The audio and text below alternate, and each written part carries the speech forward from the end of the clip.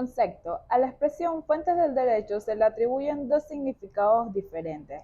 Uno, que atiende a los hechos, circunstancias, fenómenos y situaciones que provocan o dan lugar al nacimiento de la norma, en cuyo caso hablamos de fuentes del derecho en sentido material, y el segundo, referido a los modos o manera como se instrumenta la norma jurídica. Estos dos conceptos o acepciones de la expresión pueden calificarse como: 1. Fuentes materiales que repetimos son las causas, hechos o circunstancias que generan o hacen surgir la norma al mundo jurídico. Número 2. Las fuentes formales, que vendrían a ser los modos o formas a través de los cuales se exterioriza el derecho o cómo es posible conocer la norma jurídica. En otras palabras, la manera como se exterioriza el derecho, esto es como se puede constatar o probar la existencia del sistema jurídico.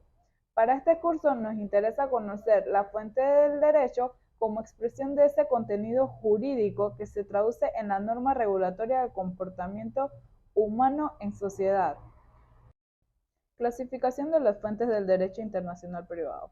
Esta es una temática que se aborda en todos los programas de derecho. Por lo tanto, acá solo veremos los puntos de mayor interés para nuestra disciplina jurídica en la materia y limitaremos la clasificación de las fuentes únicamente según su origen o procedencia, por lo que diferenciaremos entre fuentes del derecho internacional privado de origen nacional y fuentes del derecho internacional privado de origen internacional. Las fuentes de origen nacional son aquellas normas que tienen su nacimiento o creación dentro del ordenamiento jurídico interno del Estado.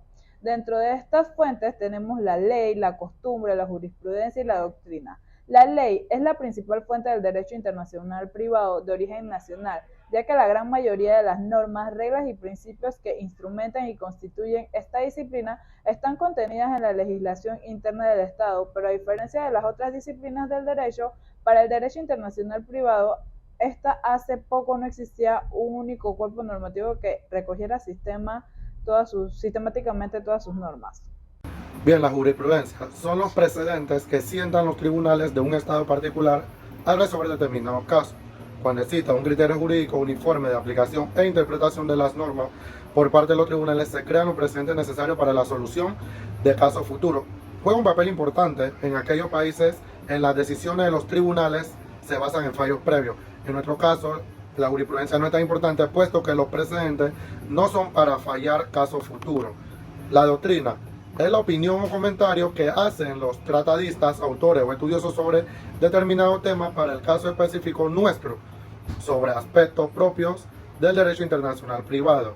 La fuente de origen internacional, llamado también fuentes del derecho internacional privado de origen internacional, son aquellas cuyo nacimiento y formación emana del derecho internacional en general.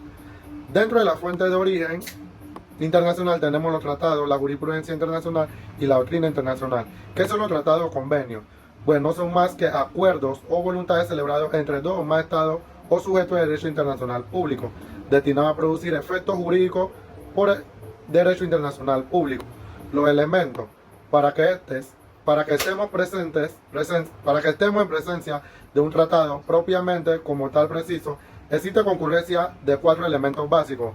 El acuerdo de voluntades, el acuerdo es decir, la concurrencia de 2 o más voluntades, de allí, por importante que sea la declaración del presidente, de un ministro o agente diplomático en el ámbito internacional, no tendrá carácter de tratado, pues en ella no subsiste la concurrencia de voluntades.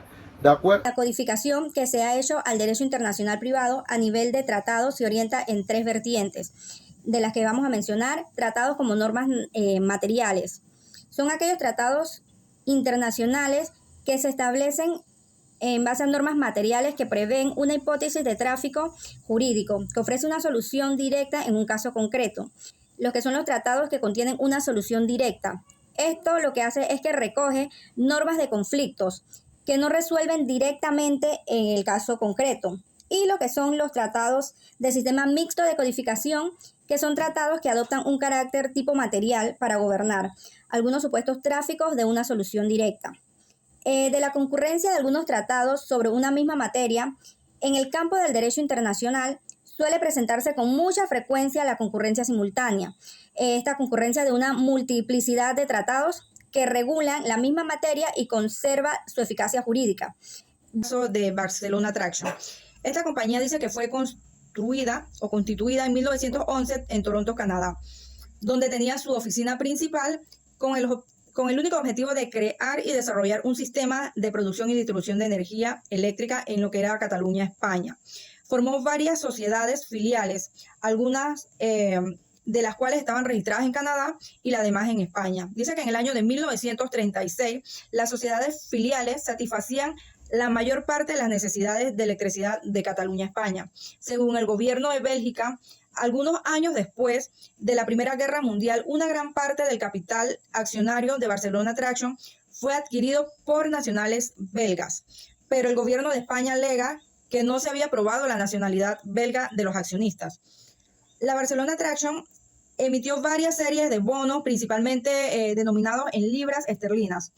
El servicio de los bonos en libras esterlinas se realizó mediante transferencias a la Barcelona Traction efectuado por las sociedades filiales que operaban en España.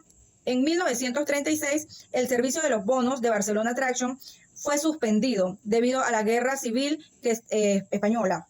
Una vez que se concluyó esta las autoridades españolas de control de cambios se negaron a autorizar lo que fueron las transferencias de las divisas extranjeras necesarias para reanudar lo que era el servicio de los bonos en libras esterlinas.